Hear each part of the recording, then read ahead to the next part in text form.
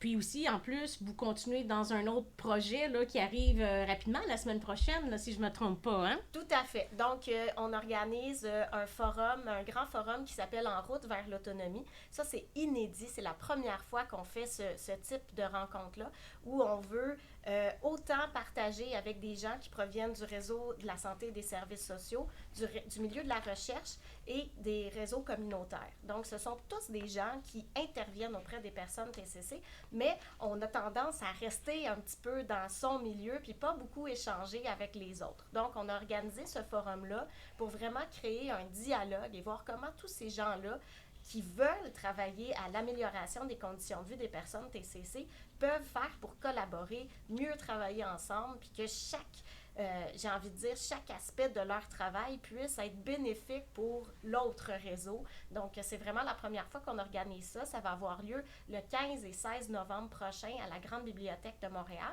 Et les gens qui veulent s'inscrire peuvent le faire directement via notre site Internet. Il y a une page sur le forum En route vers l'autonomie. On va la mettre aussi dans le chat pour que vous puissiez la voir. Donc, est-ce que c'est gratuit? Il y a des frais d'inscription qui sont de 75 $, puis ça couvre là, tous les repas, les frais d'inscription, toutes les conférences pendant les 2 jours. Sur 2 jours. Donnez-nous des exemples de conférences. Oui, puis il y a également, peut-être mentionné, il y a une soirée qui est gratuite, ouverte à tous, qui est consacrée aux personnes proches aidantes.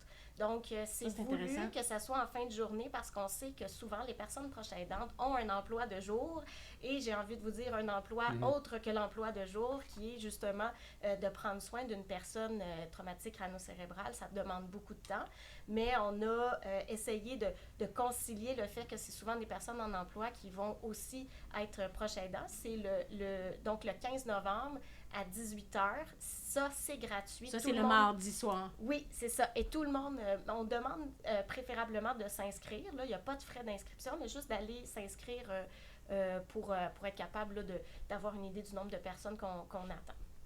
Puis donnez-moi des exemples d'intervenants qui vont être là, pour aider les traumatisés crâniens, là, les guider. Là. Nous, on va être là, c'est sûr. On donne une petite conférence sur les différentes compagnies d'assurance, là, comment obtenir des sous, là, des différents agents payeurs. Exactement. Là, donc, c'est nécessité, SAC, Retraite Québec, Assurance, etc. Mais qui d'autre il va avoir? Oui, il va y avoir différents ateliers. Entre autres, il va en avoir un présenté par des gens qui travaillent au ministère Santé et Services sociaux sur la stabilité résidentielle. Il va y avoir aussi une conférencière qui va parler de violences conjugales et traumatisme crânio-cérébral. Il va y avoir une association qui va présenter son groupe d'entraide pour les personnes TCC qui sont au travail. Donc, c'est quoi les méthodes qu'ils ont trouvées là, pour être capables de s'adapter là, en emploi. Et il va y avoir également une présentation qui parle du transport adapté. Donc, qui est également un gros enjeu là, au niveau des personnes TCC. Je suis curieux de savoir, Marjolaine, les gens qui travaillent ou qui sont bénévoles là, pour tant Connexion TCC Québec que pour les différentes associations régionales, est-ce que c'est des psychologues, des travailleurs sociaux, des médecins, comme les ressources que les gens vont aller chercher, c'est auprès de qui là, concrètement? Bien, c'est sûr que pour faire un lien avec le forum dont on parlait, c'est sûr que les associations communautaires, leur mission, c'est de l'intégration sociale. Donc, les gens qu'on va retrouver, la plupart vont avoir un background soit en éducation spécialisée, travail social, psychologie. C'est vraiment plus au niveau de l'intervention sociale. Mais clairement, ils sont amenés à collaborer avec tous les professionnels qui gravitent autour d'une personne qui a eu un TCC, que ce soit des ergothérapeutes, des orthophonistes, des physiothérapeutes. Il y a vraiment différents professionnels qui vont être impliqués dans la vie d'une personne qui a eu un accident comme ça. Donc, la plupart, puis c'est pour ça qu'on veut faire un forum, parce qu'on trouve que des fois, les gens sont très spécialisés dans leur profession, ce qui est excellent, mais qu'on aurait tout avantage à partager différentes façons de travailler ensemble pour améliorer leurs conditions de vie.